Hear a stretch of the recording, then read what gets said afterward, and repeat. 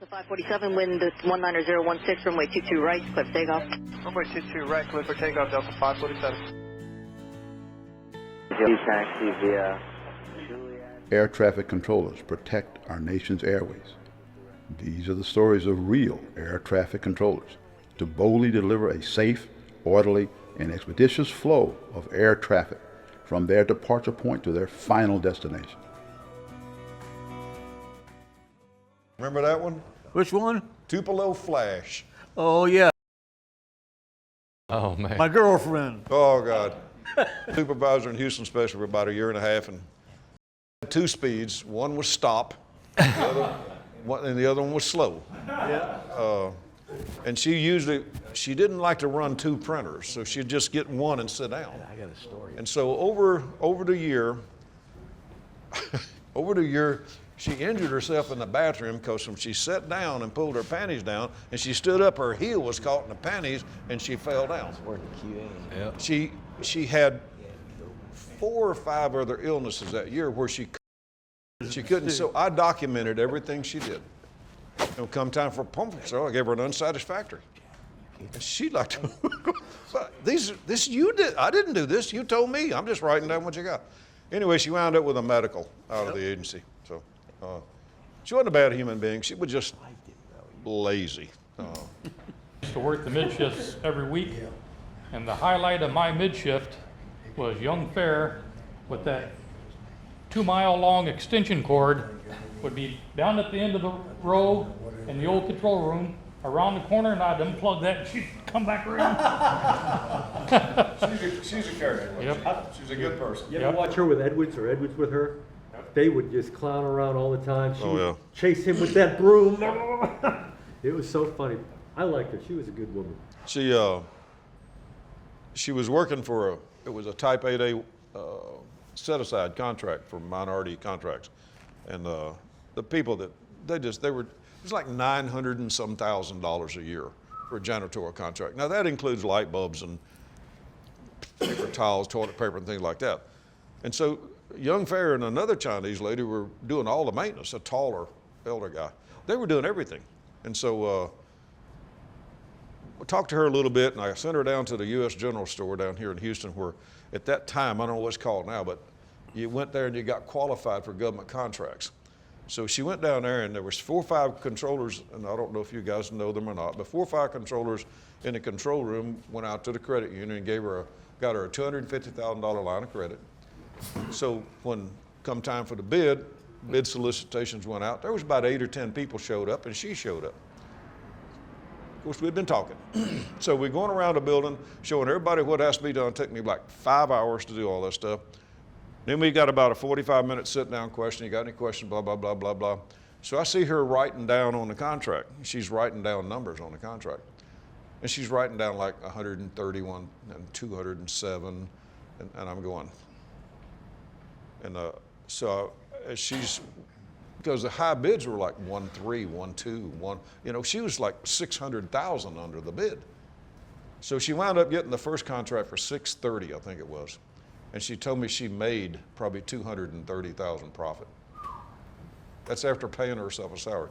Did the same thing with the contract, and we had remember the yard never got mowed? That guy, that was, I forgot how many thousands of dollars that was, but we got it for like $900 a month. And he mowed it, and it looked great. I had a child care contract, security guard contract. Hell, I didn't get in the building. I was being handed this, blah, blah, blah, blah. And I get up there and I, Dom, take this, take care of this. And I loved my job. I would have done it for half the pay in a New York second. You guys know why I retired? Have you heard that story?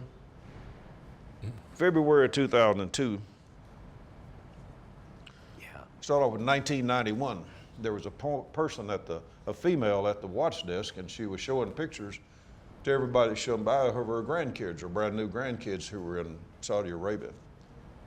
And so I said, hey, I'm so-and-so and so. Now I trained this person when she came into the agency. Dave Freeman, I trained her upstairs. So the next morning I walked by, she was telling me, oh, my grandmother, so and so and so. I walked by, hi, Grandma, how you doing? Ah, so and so and so and so. That was in 1991 now.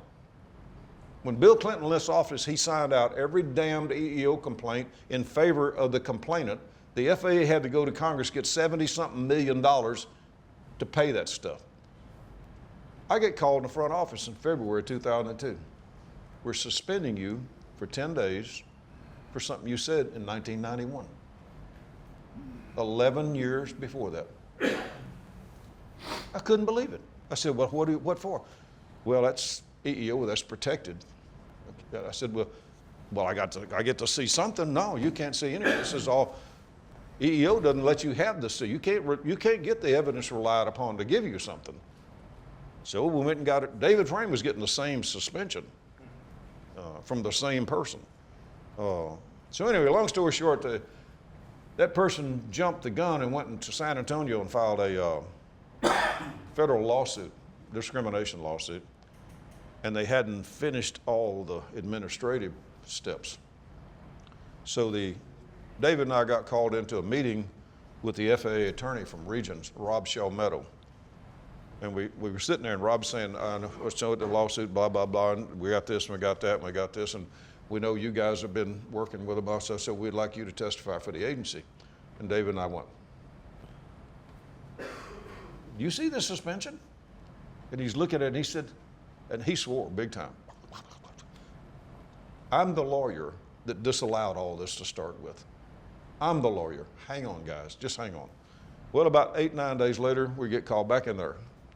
And both of us are handed a letter from the Southwest Region Administrator rescinding this proposed suspension and saying in there that we never committed anything wrong. And that's why I retired.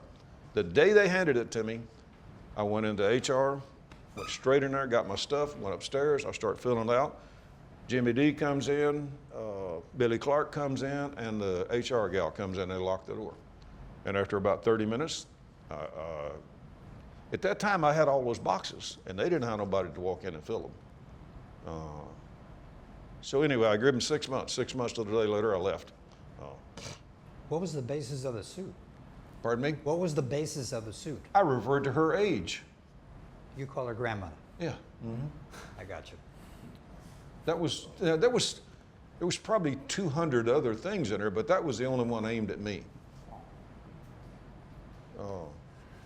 There were quite a few cases like that, Jerry. Had that many years in between them, and they come back trying to do something to the person. I don't know how they could even do that. But Well, they did. yeah. They did. They not only did, they tried to suspend Bruce Johnson in Washington for the same thing Yep. because he did not hear that complaint. Anyway, that's probably the only one. Well, Eddie Judge was a negative point in my life, but other than that, I enjoyed the hell out of it. I can't complain about nothing.